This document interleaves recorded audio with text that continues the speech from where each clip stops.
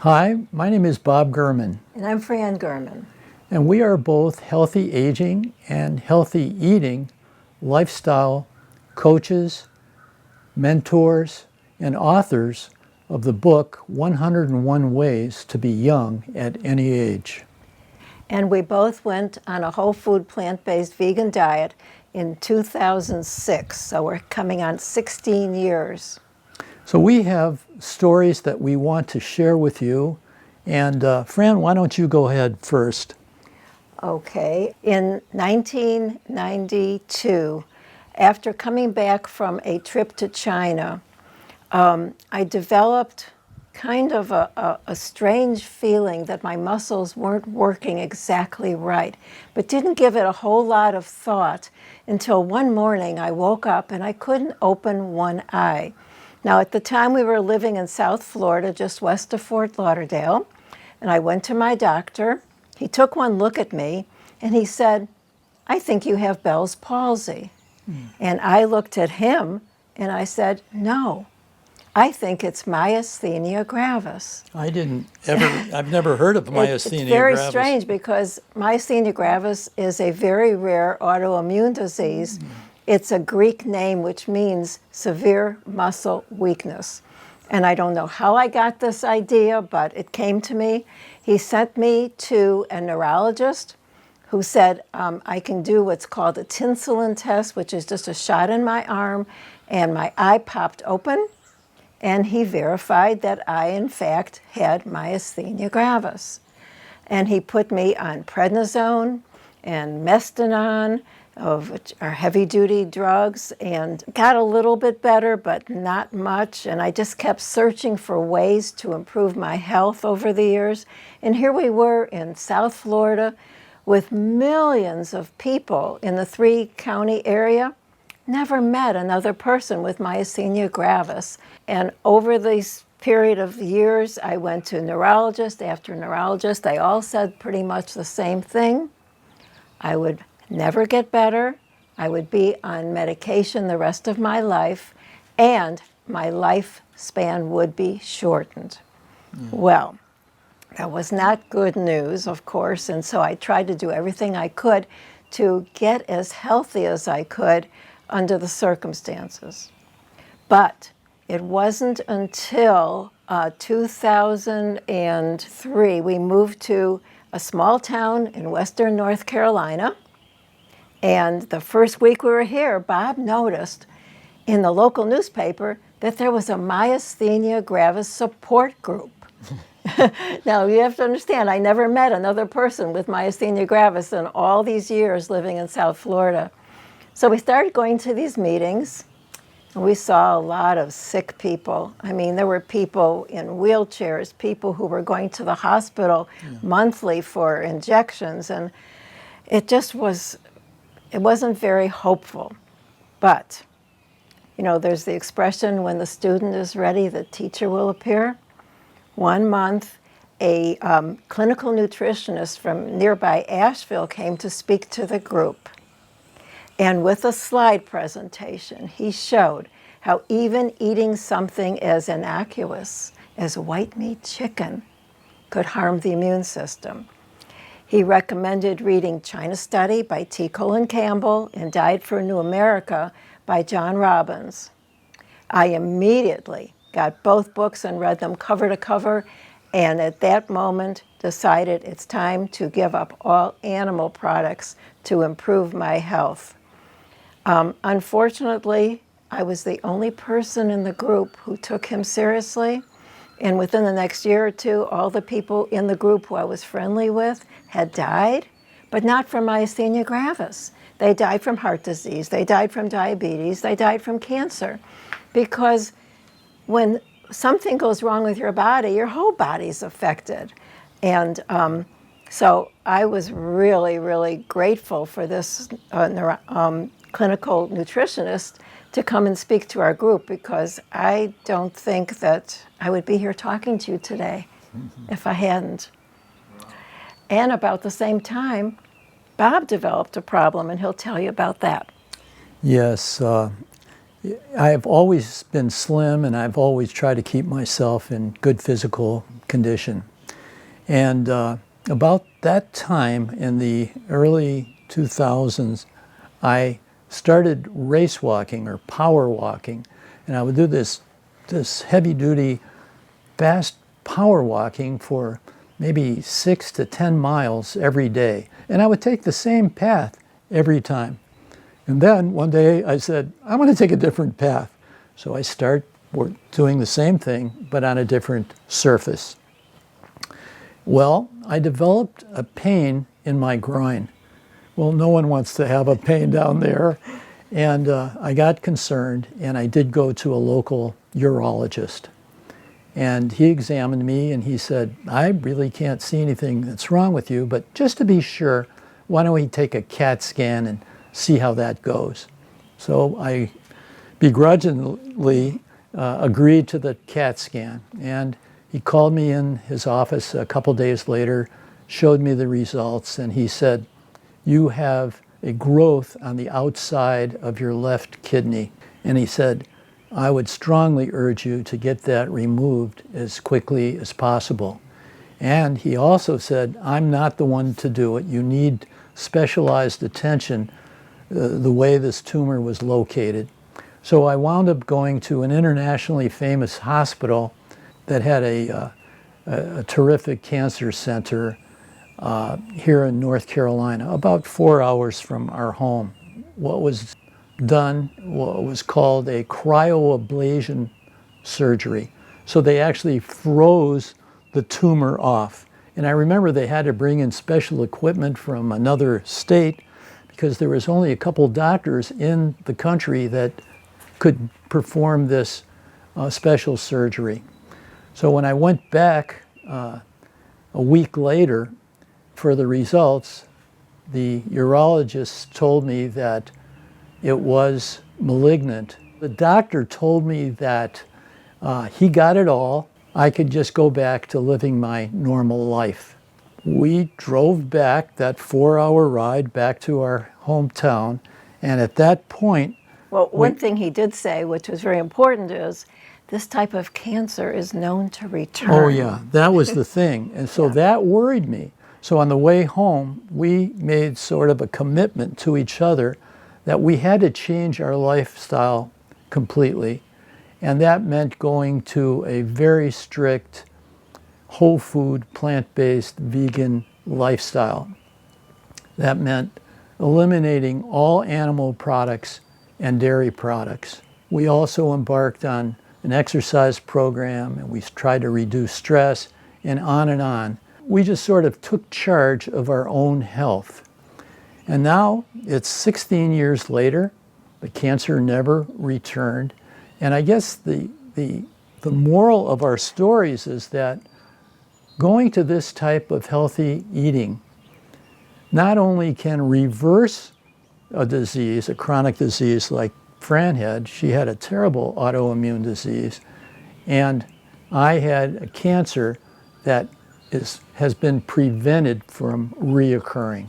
This whole journey began in the 90s, and it began with your autoimmune disease and exploration. Then you came into the picture with your cancer. When was that about? Was that also in the 90s? 2005. Fran was sick for a few years prior to my getting this cancer. But she'd already read the China study and Diet for a New America, right? Well, that was in 2006. Oh, that's when you read those. I mean, I tried to stay healthy as I could, Wow. you know, but until I changed my diet totally, there were times when I was so sick that I couldn't pick my head up off a pillow. I couldn't swallow. I couldn't talk. We had to stop working because we worked together in real estate for many years, and we just decided that we would retire early and enjoy whatever we had left of our lives together. Right. And I did everything I could to get as healthy as possible, but until I changed my diet, it was just like putting a Band-Aid on a sore. And I think the important message that we got, and Fran went to like 11 different neurologists, not one of those doctors, nor the doctor that did my surgery, ever said anything about diet or changing your life in any way. It was like, this is what it is, and just go out and live your life. So we got no real reinforcement, or we were left with no hope. And that's when we said, we've got to do something, and we sort of took things into our own hands. So prior to reading Diet for New America, the China study, and discovering a whole food plant-based vegan diet, prior to that, you had tried a whole slew of other avenues. Well, I actually went to a chemist in Fort Lauderdale when I first got sick, and he did a blood study on me and gave me different supplements to take. So that helped somewhat. We started a walking program as much as I could, like I was stronger in the morning, so we'd go out early and walk. We tried to do as much as we could to improve my health, but there was one point where I was so sick that I wound up in ICU for 5 days. And they had to do what's called plasmapheresis, where they had to take out my blood and cleanse it. They put new blood back in, though. They put my blood back in, yes, cleaner blood. Yeah. But I never gave up hope, but I never got really well because, like the doctor said, it's incurable. But I didn't feel, first of all, I'm a Taurus. And I'm stubborn, so I didn't take the dying young and being sick for the rest of my life. I didn't take it as my, what was going to happen to me. I wanted to do something to get better. And so you tried everything, and some things helped ameliorate it, but it wasn't until you went whole food plant-based that Absolutely. it completely went into remission. Yeah, but another thing happened. Once I went on the plant-based vegan diet, the doctor started reducing my prednisone. And I started feeling really sick, like the myasthenia was getting worse instead of better. And fortunately, my son, who lived in Southern California, we went out to visit him, and he took me to his doctor, who was the first whole food plant-based doctor in Southern California. And he examines his patients with acupuncture to see what's happening in their body. And he said my adrenal glands had been shut down by the prednisone. And so every time I tried to get off the prednisone, I felt even sicker. So he said, first I have to build up your adrenals, and he did that over a period of maybe 8 or 9 months. And then he started taking me off the prednisone very slowly, like maybe 1 milligram a month. And within a short time, I was off all medication and feeling great, and that now is going on 16 years. I just feel bad that I lost 14 years of my life because doctors didn't know that there's a reversal to autoimmune disease with diet. You say 14 years, so... Yeah, from 92 to 2006, I was sick. I missed out on my grandchildren growing up because I just was so weak I couldn't enjoy my life the way I should have. What did you notice different after going vegan, whether it was physical, mental, emotional? What kind of changes did you experience? Well, I can say for me, I felt my energy levels really went up high. I was always active, and I felt more energetic, more vitality than ever before in my life. So that was a good thing. I also had this feeling that my immune system was really strong. That can be verified by the fact that we have not been sick, even with a cold, since we went on this eating lifestyle. It's amazing. So I think the energy thing and the immunity thing were, for me, my biggest changes. Well, obviously, my whole life improved. I mean, I got my life back, is what I should say. I really did. And as far as the immune system, not only haven't we had a cold, but from what I've read recently with COVID, that the people who are on whole food, plant-based vegan diets actually have been able to avoid getting COVID, and if they do get it, it's a much milder case. He's like 73% less likely to have moderate to severe COVID. Yeah. And fortunately, we have a whole food plant-based physician here in town, and we see him once a year for a wellness exam. He's not making any money on us. No. I'm curious, are you on any medications now? Zero. Honest to God, I get phone calls and emails from my insurance company telling me that I must not be taking care of myself because I'm not on any prescription drugs and I am not seeing doctors on a regular basis. And they wanted to send a visiting nurse to the house to examine me. And if I let them do that, they were going to give me a $25 gift card to Walmart. And I said, no, thank you. I take some medication for my eyes, eye drops, but it's pretty minimal stuff. Well, I have heard that plant-based diets can help with glaucoma. Well, I know it can help with macular degeneration. Yeah, but I have seen something, though, it seemed kind of recently. Well, at any rate, let's say this. His vision has not changed in 15, 20 years, and he only has on one eye, which the doctor said is really rare. So it hasn't helped. Maybe it didn't help, but it certainly hasn't hurt. Yeah. Now, when did that start, though? Was that before you went whole food plant-based? Oh, much. Yeah. Yeah. Okay, Yeah. Having lived for 9 decades on this planet, I feel better than ever. And I think a lot of people who are going in toward the third of their lives have this idea that getting older means getting sicker. And that is not so. We try to walk the talk, and that's why we like sharing our stories with people, because a lot of the medical profession does not give you hope. But it's, what you eat either can feed your disease or it can prevent that disease or even reverse that disease. So every bite of food, eating clean makes you feel good. We have this lightness about us, and it's the best thing we have ever done. And one other thing that I wanted to mention, when we switched to this whole food plant-based diet, doctor here in town about 4 years ago now, the first thing he did was give us a homework assignment to read Prevent and Reverse Heart Disease by Dr. Esselstyn, and called Esselstyn. Now, neither of us ever had a weight problem, so we didn't give much thought to using oil. Everybody, says olive oil is healthy. Okay, look at a bottle of salad dressing. It's all oil until you shake it up. So we cut out oil, and we each lost 10 pounds, even though we're eating more food. People say, well, do I have to count my calories? Do I have to do this?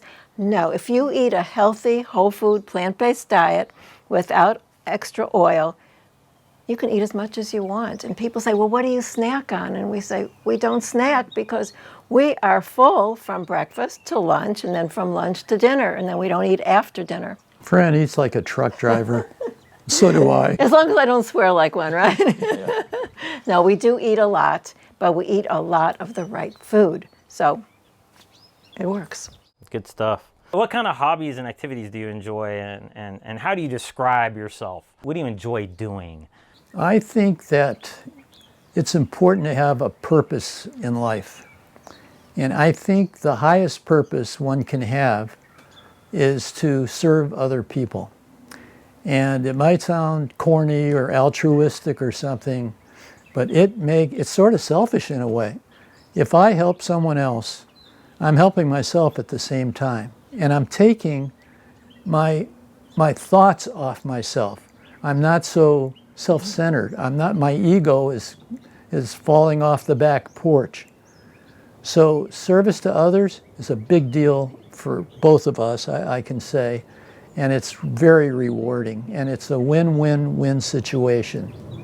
I wanted to add that before COVID, well, of course, even now we're still delivering Meals on Wheels here in our town, but we spent 4 winters in St. Augustine, Florida, and the first thing we did was go to the Council on Aging to see if there was a way that we could help out. And they had us working in the kitchen, Packing. assembling the meals and packing them for Meals on Wheels. And we really loved being able to help prepare and deliver food for seniors. And now, like I said, we're doing Meals on Wheels here in town. So what does that involve? Well, it changed actually, because it used to be that a hot meal was delivered to each needy senior once a day for 5 days each week. So they had some contact with people, because some of these people are totally isolated during the week. But then with COVID, they had to change the program. So now what we do is we deliver 5 frozen meals once a week. So unfortunately, the contact has been cut back tremendously.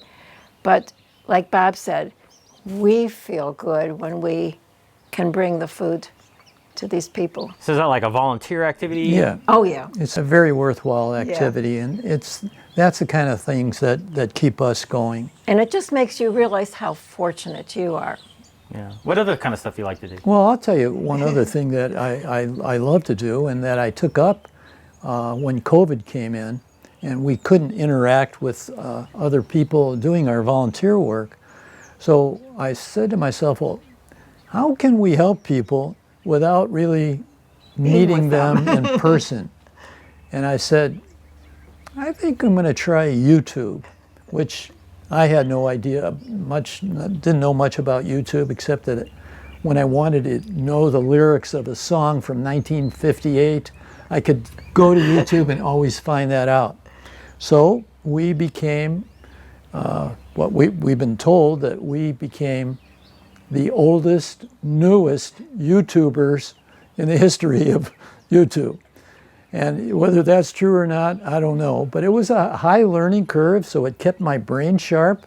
And now we've got thousands of subscribers that we share information with, primarily. All over the world. Yeah. Some people even write to us in Chinese or some other, but fortunately you can translate it. So we help people. We talk about how to age healthfully, how to eat healthfully, and how to live the best possible life you can live.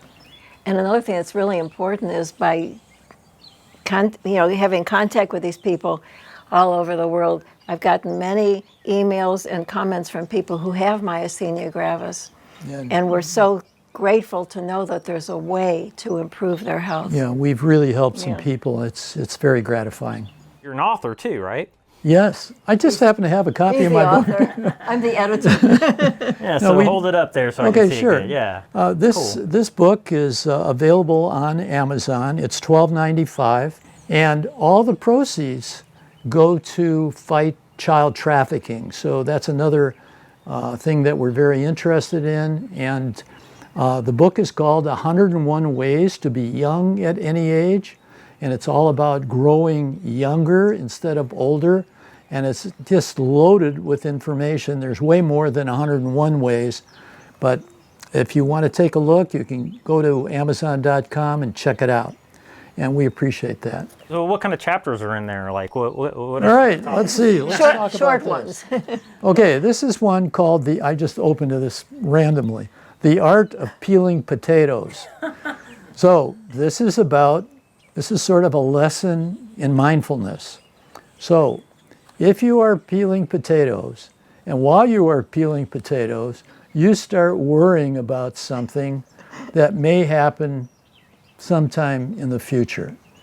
And all of a sudden, you're starting to get stressed and you're worried or you're fearful and you're not with the potatoes. You're not in the present moment. And so we have very strong beliefs in and urge people to start some sort of a mindfulness practice. That'll keep you young and that'll keep you healthy as well. So mindfulness means just locking into what you are doing so you are present in the here and now. Not concerned about the future and not having your mind wander back into the past and start thinking of something that makes you angry. So those are negative emotions that really immobilize you. And so remember that the next time you peel potatoes. Another important part of that is that from what we have read, stress is extremely powerful part of getting sick. That almost anybody who gets a disease has stress in their life. And if you can reduce the stress, you can improve your health, mentally and physically. Good stuff. Recently, somebody popped up with an autoimmune disease claiming carnivore diet helped them reverse it. Have you heard of anything like that? The only thing I've heard about the carnivore diet is that it ruins your arteries. and so I don't go there. Yeah. I am so happy with the way we eat now. I really don't know much about it, and I don't know. Yeah, but there's, you know, that's a big problem with people getting false information, and there's so much out there. We knew a woman who had diabetes, and her doctor put her on a keto diet. She went blind. There have been so many instances where people have reversed or improved their health on a whole food, plant-based vegan diet. It's that simple. I have another thing that I'd like to share with all of you, and that is the ancient Chinese art called Qigong. So Qigong is similar to Tai Chi. Most of you have probably heard about Tai Chi. But we practice a little Qigong every day. It's something that anyone can do, and it's very gentle on your body. It's very easy at any age. You could do it standing or sitting. And what it does is just a series of movements, hand movements primarily, that lower your stress levels and increase your energy levels at the same time. So we try to work that into our daily routine. So Qigong, Q-I-G-O-N-G. We have a lot of free lessons on our YouTube channel that you're invited to check out as well. It's really added a lot of life to our life. Awesome. Have you ever heard of Hippocrates Wellness in Florida? Oh yeah. Sure. The chef there, I interviewed him, and I think he's into that. Qigong, too. yeah. Neat stuff. Well, let's just go ahead and define veganism. Give me a definition of that. My understanding of veganism before I went on this way of eating was to, number one, for the benefit of animals, for number two, benefit of the environment. I think that mostly young people go into veganism for those two reasons, and more than likely at their young age they really haven't experienced serious health issues. We kind of came through this the opposite way. We went to it for health issues first, but then after a while you can't help but get involved with the environment and the animals. I mean, Bob always uses the example that you'll go to the park and there'll be somebody petting their dog lovingly while they're eating a hamburger. They don't make the connection between that animal and this animal, but they're all animals. So I think our basic definition would be just to eliminate eating anything that has a mother or a face, any animal product whatsoever. That's how I guess I would define veganism, but there may be better definitions, but to us that works. Yeah, and now more than ever with climate change, there seems to be definite proof that animal agriculture is the major thing that's affecting overheating of the planet. People can't ignore that anymore. Yeah. What are some common questions you get when people find out that you're vegan or plant-based? I can tell you one quick story that actually happened to me. For many years, Fran and I volunteered at a crisis center in our town. And it had maybe 200-300 people that volunteered. And I had this rundown office where I would interview people that needed assistance.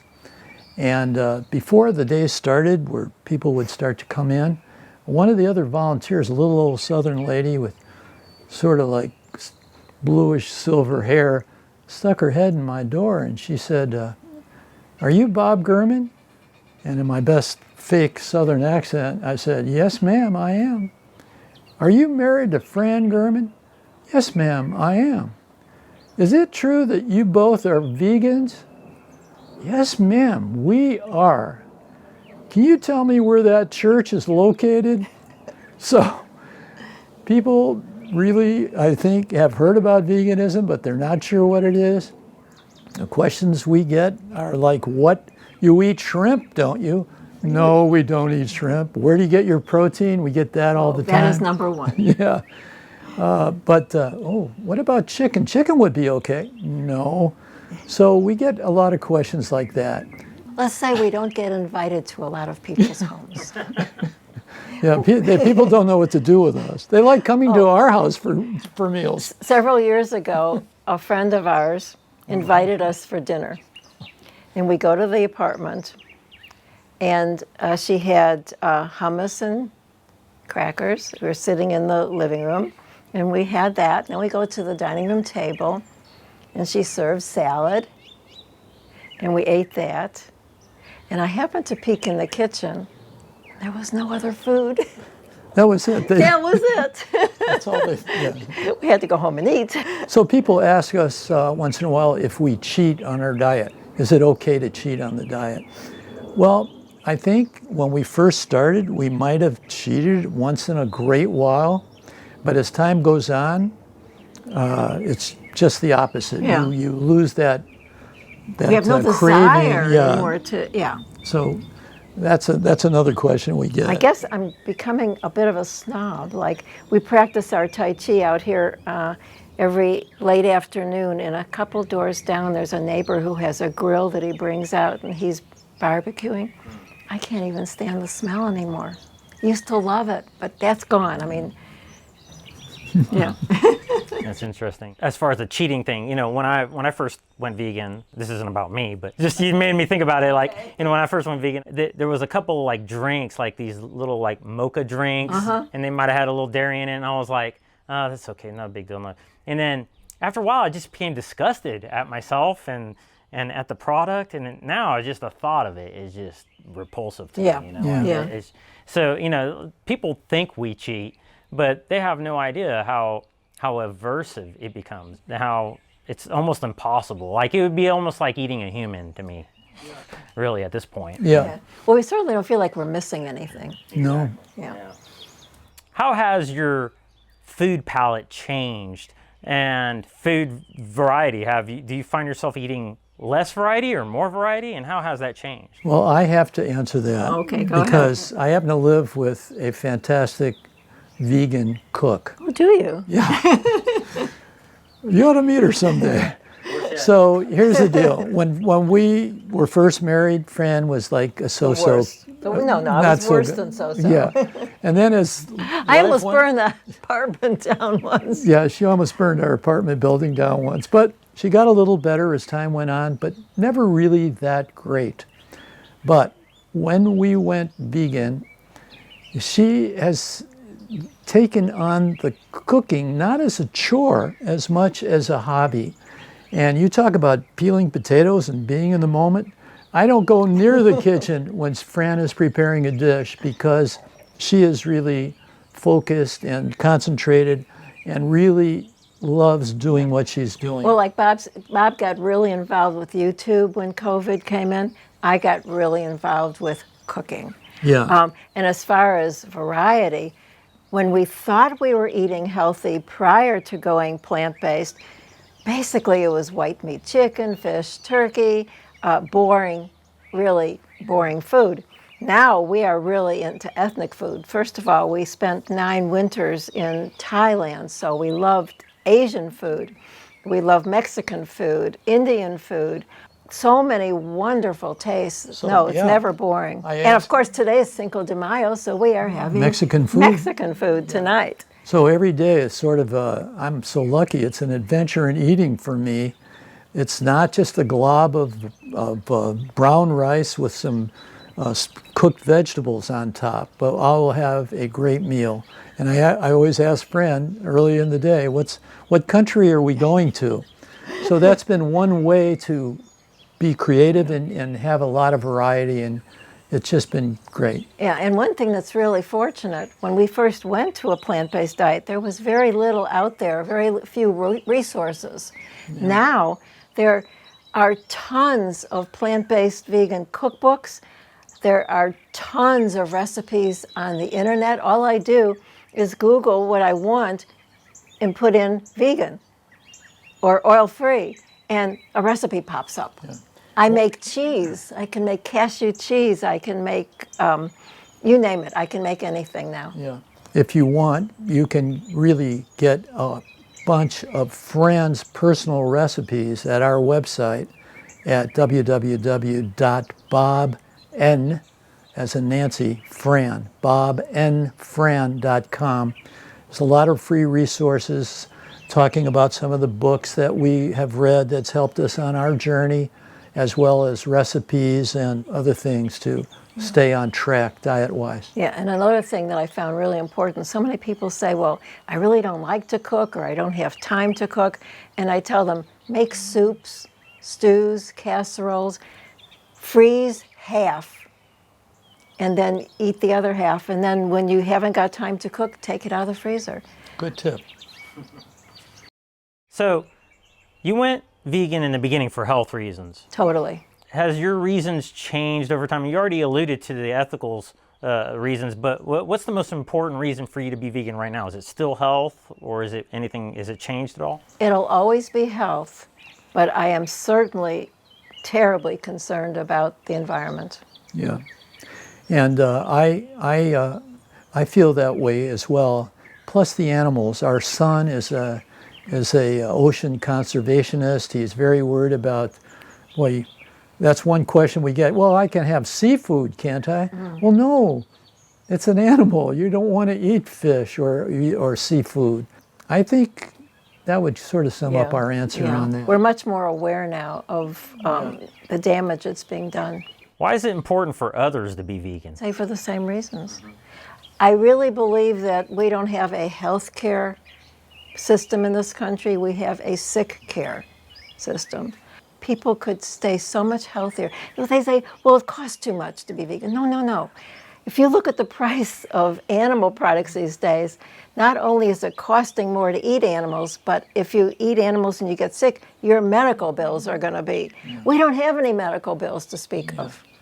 Yeah, we could solve the whole health crisis in our country just by changing the diet. Just take that step. No more animals. So we don't kill the animals. Therefore, we don't have to take all these trees down so cows can graze. If everyone would get behind it, it would not only help the animals, not only improve the environment, but you won't have to go to the doctor as much, for sure. We are the only animals on the planet that drink the milk of another animal. It's so ridiculous. Yeah. How do you encourage others to go vegan? Or do you, do you, and how do you do that? And what have you found to be most effective? Just by example. Yeah. We think, we get this question, we talked about what kind of questions we get. We get the question often is that I could go vegan or I could go plant-based, but my husband, he's a carnivore, I can't change his mind. Same with other family members. So we have learned over the years that you really can't change anybody but yourself. I think trying to convince people is not the way to go. I think just by being that example, by serving food that you want to eat in your house and not catering to your guests and serving meat to them, I think you have to take a bit of a stand, but you can't say your way is the best way and your way is the wrong way. So it's, I think that it's just not a fruitful thing to do. But I think that the tide is changing. More and more people are learning about veganism thanks to YouTube channels like Vegan Linked and others. And we see that a lot of young people are going into medicine and going into lifestyle medicine and functional medicine, where it's a holistic treatment of your body, and they actually teach some of these young medical students how to cook vegan food as part of their curriculum. So we see a change coming. We see more and more people around the world going for that. Right. Even on our little YouTube channel, we get a lot of comments saying, you guys got me interested, I tried it, now it's 2 months later, I don't have that pre-diabetic thing going, I feel great, I lost 10 or 15 pounds. So change is happening now, and I think it's going to keep growing. But think of how ridiculous it is that until recently, almost every hospital in the country had a McDonald's in their lobby. Yeah. Now that's changing, but change comes slowly in the medical profession. Unfortunately, from what I understand, many, if not all, the medical schools are actually financed by the pharmaceutical industry. So that's a big problem that they have to overcome. But if you make the choice to shop for fruits and veggies over meat and dairy products, things will change. And so we encourage everybody out there, at least give it a try. Even if you try it for 30 days or 45 days. See how you feel. See how you feel. It's worth it. And so your whole food plant-based diet has been successful for you for quite a while now. Has it changed much? Have you went raw? Have you tried maybe certain fasting routines, or is it just whole food? I can tell you that the secret is just keep it simple. The KISS theory, keep it simple, silly, stupid or silly. I think when you start complicating things, it gets mixed up and the results aren't as good. Well, I just wanted to say that we don't do all the strange things. We don't eat a raw diet, but we eat a lot of salad and a lot of fruit. And so that's a raw part. We don't fast, but we usually don't eat from 7 o'clock at night till about 8:30 the next morning. So that's our fasting. We don't do any weird things. I mean, it's Supplements? Well, okay, this I have to tell you, because I saw that chemist way back when, and he put me on supplements. We have been on supplements. I don't tell people that they should take supplements. Maybe I have expensive urine. I don't know. It's worked for us, but even my doctor doesn't want us taking anything but B12.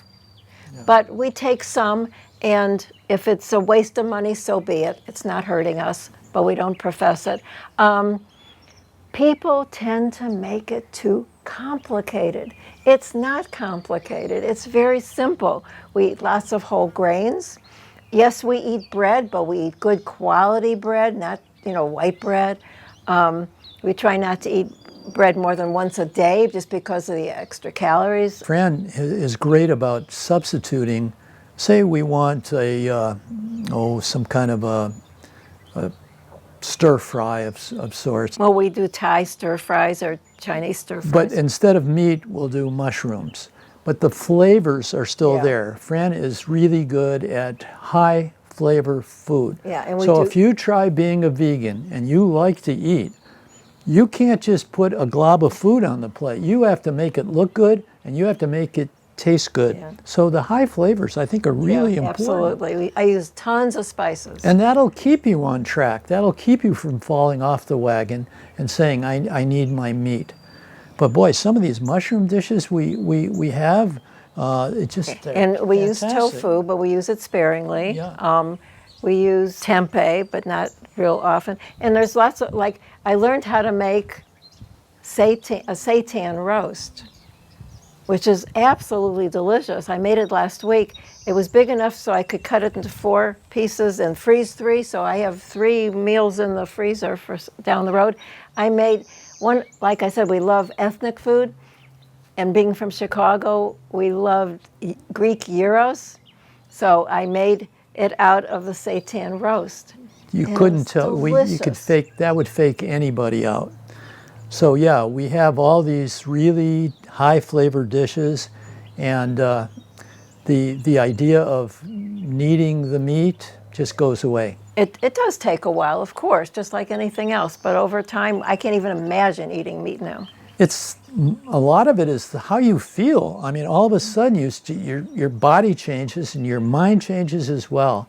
And so it's that combination that that is just works wonders for you. Yeah. And we also found a couple of appliances that really helped the cooking. An Instant Pot and an air fryer. My Instant Pot right now is making brown rice for our Mexican meal tonight. And the air fryer, tomorrow we're having some friends over. I'm making an Indian dinner, and I'm making pakoras out of cauliflower, potatoes, and chickpea flour. And it's absolutely delicious. That's just a side dish, but That's the side dish, yeah. So, yeah, Awesome. it's fun. Let's get the food stuff out of the way. Okay. What kind of variety of foods do you try to get on a daily basis? So you said salads, right? Is that a daily thing? Is there like a daily routine for your breakfast and lunches? Breakfast usually is a routine. I make a big container of granola out of rolled oats with nuts and seeds and raisins and some shredded coconut, and that's enough for several weeks. I never buy store-bought cereal anymore, although I did notice that they are starting to manufacture healthier store-bought cereal. In other words, they're not loaded with sugar anymore. So things are starting to improve in that respect too. But this we would normally have oats this homemade every granola day. with fresh fruit, that's usually our breakfast. Yeah, we put in, it's very Americana. Bananas, strawberries, and blueberries are usually our three foods Red, white, on and top. blue. So for lunch, we usually have leftovers. Leftovers are my friend. And for dinner, we sort of make a big deal out of dinner. And we can tell we enjoy like it. to eat. Yeah, we enjoy it. I've been trying to eat more like a king in the morning, a pauper at lunch, and No, it's a king at prince breakfast. and a pauper at Yeah, dinner. Yeah, exactly. So it sounds like you're eating big dinners. We probably do eat. We've always been dinner people because, Yeah. when we were working, dinner was important. Yeah, we understand. It's worth a try.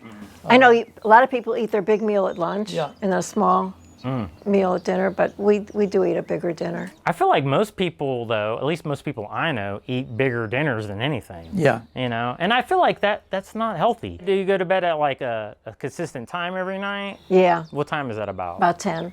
About 10. We You like get- to wait 3 hours after eating. Okay, but you stop at 6 or 7? 7. We usually eat around 6:15, 6:30. But we get up early. We get up we're at up- 6, and we're out- we're climbing a mountain somewhere Yeah, we here. go hiking almost every morning. Yeah, so you get about roughly 7 to 8 hours. 8 hours.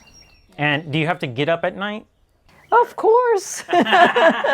Like me personally, I'm trying to get to where I can cut off eating and drinking and stuff so early that I don't have to get up at night. Yeah. Well, when you get to be our age, the bad part isn't getting up at night. It's falling back to sleep after you get up at night. I'm already there. Yeah, okay. Yeah, I'm really into this intermittent fasting thing too. I really want to. Hey, you're not quite doing the intermittent fasting No, thing. just that. If you just cut off eating a little earlier in the evening, Yeah. and a little later in the morning, maybe. I mean, we're going 13 and a half hours without eating. Yeah. One thing we The do. magic number, I think, is you get 16 is at least. But Okay. Another idea that's one of the chapters in our book is the weekly cleanse that we do. It's sort of a detoxification without starving yourself. And during that time, we just have, Well, you just cut out grains. yeah. So in the morning, we would just do fresh fruit, maybe Some almonds, nuts or fresh something, almonds, yeah. For raw. lunch, it's usually a big salad. And for dinner, it could be a baked potato with a the bowl of salad or soup and Yeah, salad. but no grains on the cleanse day. Yeah, that's amazing. Yeah, we for learned us. this from the doctor in Southern California. Yeah, and it keeps your weight manageable, and it just sort of just Gives you a lot of it's energy. energizing. Yeah. Yeah. You ever eat groat oats? No, I never ate groat. Groat. So groat oats are the whole oat. Yeah. No, So that's a real, true whole food. Yeah. Whereas if you're eating the The rolled rolled oats, oats. that's a processed Yeah. food. I mean, I wonder if it would be necessary to cut out the grains if you were actually eating the whole groat. Like it might not be as necessary, maybe. Because I eat those every morning. Yeah. I'm gonna try those. It's a good Yeah. suggestion. Yeah, they take about 50 minutes, but while it's doing that, I'll throw some dates in there with the groats while they're cooking. Do you make it in the Instant Pot? You could, but I just get the water boiling, put everything in there, and then let it simmer for 50 minutes. And I did that this morning, you know. And then I'll, like you, blueberries, whatever, and flax and... Oh, yeah. Oh, we use ground flax meal every day. Yeah. And chia seeds in the same. Yeah, and hemp seeds. And then, you know, some Ceylon cinnamon or whatever. And I'm so used to the texture and the quality of the groat oats, the organic ones. I don't even like rolled oats anymore. Now, I will use the rolled oats for like a recipe, like a cookie or something. Exactly, yeah. Which I made cookies this morning, too. Okay. You should have brought some. You didn't bring us I know, any. I totally forgot. And on the way here, I stopped to drop my son off something, and I was going to bring him some, too, and I totally forgot the cookies. Oh, so, that's not nice. So it wasn't just you I neglected. Okay. But anyway, so yeah, food. So lunchtime, usually a salad, I guess, is what you were saying? No, normally our lunch is leftovers. No, that's just during the During the cleanse, it's a okay. salad. Okay. But lunchtime, non-cleansing days, the cleanse we only do once a week. But salads on the... You don't have a salad every day? with our main meal. With dinner. We usually have a salad. Yeah. Or for lunch. And we don't use any oil dressings anymore. So what is you make your own dressing? Yeah. Usually, yeah. Cool. What's a favorite dressing you like to make, and how do you make it? Well, one of my favorites is honey mustard. Yeah. With well, it's not honey though, maple syrup. No, it's maple syrup. Yeah. Maple syrup. I just made some. Dijon mustard and some. I make my own mayonnaise, so low-fat mayonnaise. And I also buy California balsamic. And we use the balsamic. Yeah, that's totally vegan, no oil. Well, yeah, the ones we buy are no oil. What's your most important meal of the day? Every meal. Every meal. The most important thing is getting out of bed in the morning. So once I do that, I'm good. But we're eaters. We love to eat. Not only that, but because our food is so substantial, we never snack. We never have a need to snack. Did you have any challenges going vegan, like with family or friends or anything like that? Like I said, the invitations have ceased for the most part. Yeah, I think there's maybe some social consequences to the thing, but the benefits far outweigh that. So we entertain a lot when especially non-COVID times, and we want to get back to more entertaining, and that's fine with us. It gives them an idea of how we eat, and we've converted people just by example. Yeah, and the funny thing is, since we've been doing this no oil for the last couple of years, we've really lost our desire to eat out. Yeah. Because you don't realize, restaurants are, I call them SOS, salt, oil, and sugar. And even something that doesn't taste oily, if you take some leftovers home, and the next day you look in the container, it is covered with oil. Yeah. My friend who has a restaurant, he says, I'm constantly like, man, you need to start a vegan restaurant, something healthy, blah, blah, blah. And he's like, man, if people want to eat healthy, they eat at home. And that's exactly what we're doing. He just lost a customer. I don't think that's true. If there was a healthy place, I would go there because sometimes I'm too lazy to cook. Yeah. How has veganism affected your relationships? Has it brought you closer together, you two, and has it affected your family in any way beyond you two? Like, is your son vegan? Yeah, our son went vegan before us, and he did it for the animals because he's really into, especially the whales and the dolphins and all. We went vegan, like I said, for health purposes, and it's affected our family only in that we don't eat together very often. So like on the holidays, what do you do? How do you deal with that? Well, the problem is we don't live near any family, so we really don't spend the holidays together. It's really made our personal relationship a lot closer. Yeah. I mean, we love talking about food. I guess we're vegan foodies, but we love our food. We love talking about it, love experimenting with recipes. We love doing research that we share with other people about the benefits of going vegan. So, and when we go out with our family, they order what they want, and we order what we want. We would love to see them change their diet, but like Bob said, you can only change yourself. People need to be more advocates. Like, we really need more vegan advocates. Like, you're really not vegan enough unless you're advocating it, unless you're trying to do something to change the world. it's just not enough to just be vegan all by yourself. And you're saying lead by example, but some say leading by example isn't enough. Like, we need to do more. And right. You know. But I think yeah, you have personally done a lot. Yeah. Just in what you do on YouTube. You've got 30,000 people that follow what you say, and I'm sure that spreads exponentially. We're doing the same thing with our tiny YouTube channel. So we thought our goal was to get first 100 subscribers, then 1,000 subscribers. Now we have almost 11,000. So, I mean, that's one way to advocate. Another thing that we do is that we, and we could suggest this to other people, is to actually do some workshops for people. A lot of people don't know how to even start going on this type of diet. So before COVID, we were doing workshops all over our community. Now we offer the workshops online. If people want to get together a small group of people, we're happy to do that by Zoom. Those are actionable ideas that I think others can do. But if you're out there and you're a vegan and you love being a vegan and you think you're doing the right thing, which I think you are, you might want to do some teaching and explaining to people how to get onto this way of eating. Before you went vegan, was there ever a time you felt like there's no way I could do that? Never gave it a thought. I never even knew what it was. We didn't even realize that our diet was harming us because I thought we were eating healthy. And we grew up in homes that, I mean, meat was, I ate was a major meat part every of the day. plate. Every day Yep. I was eating meat since I was a little kid. Yeah. No, we It didn't wasn't know. a meal without meat Yeah. on the plate. And then as we grew older, we didn't pay much attention to that. We still ate meat, maybe not as often, and we started eating more fish and stuff. Yeah. But I'm just glad we are where we are now. I wish I started. Or we wouldn't be here now. Yeah, I mean, we're in our 80s, and we have this Too much energy. we have this. We think we have this youthful vitality. We don't look our age, I don't think, a lot of people say, and we don't act our age. And the diet is like an essential part of all of that.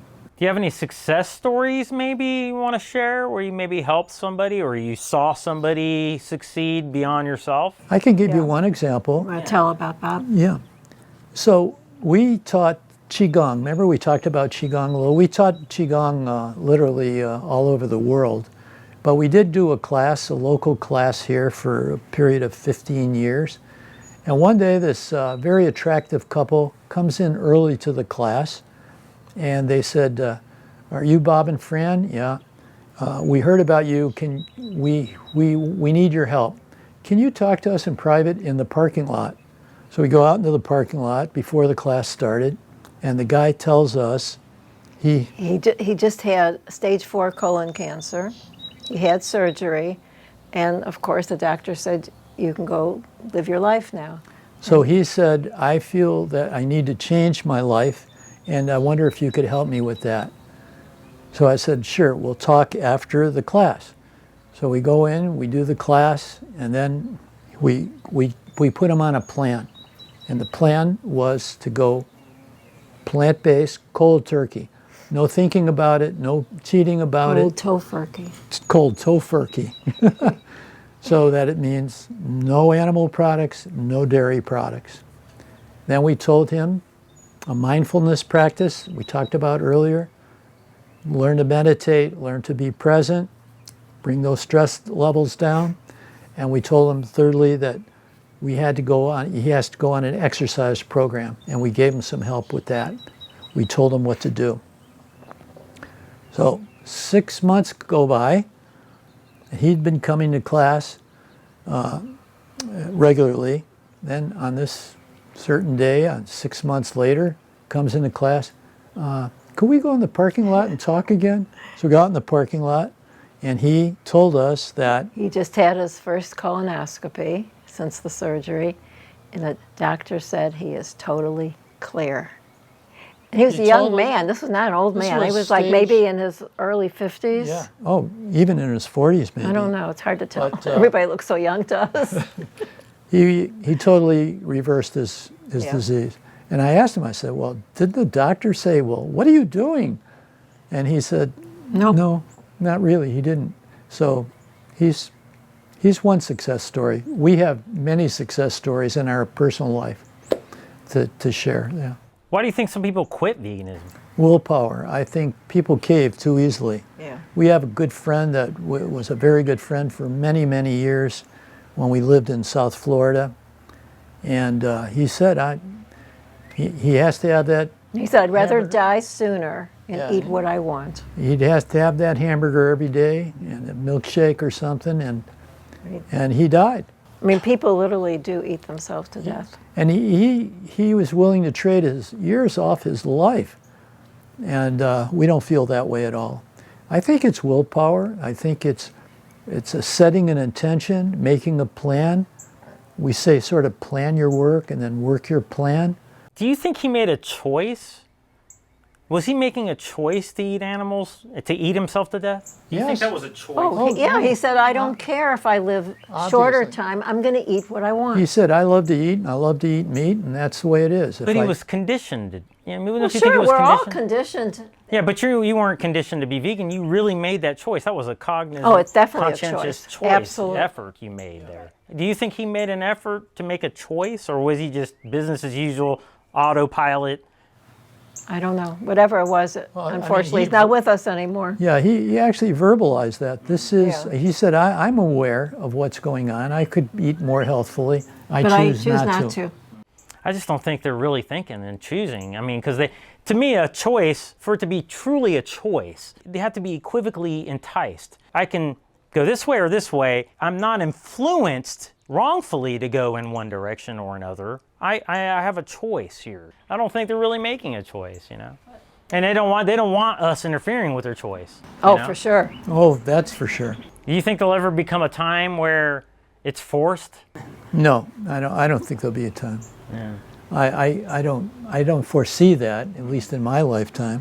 Where it's illegal to kill mean like animals, cigarettes? to kill animals and serve them in public, and I mean, just breathing in the fumes is toxic. Hey, you got some good ideas there. I wish they were laws like that, but you're fighting big business in the first place. And Do you have a favorite quote or any kind of quotes you'd like to share? we have this outlook on life. We have a goal. So our goal in life is to die young, as late as possible. And eating plays a big role in that. We have this little tagline that we use, and that would be to feel good, to look good, and to do good. And that's sort of our watchwords, 6 words that mean a lot to us. We share that with other people. But those are our quotes. Right. Do you think we'll ever see a vegan world? Not in our lifetime, but yeah, you will see a vegan world. People will finally get it. That's the problem. They don't get it. They don't connect with what they put in their mouth to their personal health or the value of the life of a cow. But they will eventually. That's changing. I'm sure of that. What do you think a vegan world would look like? I think there would be a lot of more green space. I think there would be a lot less illness. Climate would be better. Climate would be totally, people would not be starving in countries where they're really impacted by the climate. I think it would be a happier place. People would live longer, be fun. I hope we live that long. And some people say a vegan world isn't necessarily where everybody's vegan, but it's where it's more normalized. So we may see that. Love Yeah. to see that. I hope Yeah. so. Is there anything else that you would like to share that we haven't covered yet? Any kind of encouraging words you want to close it with? I just can't say enough about how it feels to enjoy a life of great health, happiness, and longevity. I want to keep this going, even though I'm in my 80s, and I know Fran does too, and I think we will. I mean, we actually know people whose whole social life revolves around doctor's visits. And there's got to be more to life than that. Wow. Yeah. Y'all are awesome. Is it expensive to eat vegan? That is a joke. Even with COVID and prices going up, I am not spending any more money on food now than I was before. And I spend so much less than people who are eating animals. What about fake meats? Y'all enjoy those? Like those mock meats, Impossible Beyond? No, we see the fat content and the amount of oil used in these fake meats. I do think, and so we choose not to go that way. I do think that for some people it may be a stepping stone. It may be a way to learn that, okay, not eating real cow's meat in a hamburger, but eating the Beyond Burger or whatever they call those, still tastes good. And I think those meats eventually will improve, where there will be less oil and less fat. But for now, we don't need it. What we've learned to do is make our own fake meats, like a chicken patty. It's not really a chicken patty, it's chickpeas and other ingredients, but it tastes really good. And same with meat, and with this roast beef. Fran makes this fake roast beef. Yeah. You can serve it in a lot of ways. I made barbecue ribs. Yeah, and barbecue beef sandwiches. I like. It's all fake. How do you do that with seitan? Seitan, yeah. Oh wow. And I kind of have the feeling that a lot of people who say they're gluten intolerant are really glyphosate intolerant. And so we try to eat organic whenever possible. Yeah, we think that the spraying that's being done, that's something that they should really lay the law down on, but they're very liberal about that. Spraying of crops. Yeah. Yeah. What's the easiest way for somebody to get started? I don't know if you'll accept this answer, but the easiest way is to go to our YouTube channel, where we lay out a step-by-step methodology on how to change to a whole food, plant-based vegan diet. It's a step-by-step tutorial, and we have a lot of follow-up tutorials. What does Fran have in her pantry? What is a typical day of food that we eat? All these things are there to help people understand, to keep it simple and to understand that anyone can do this.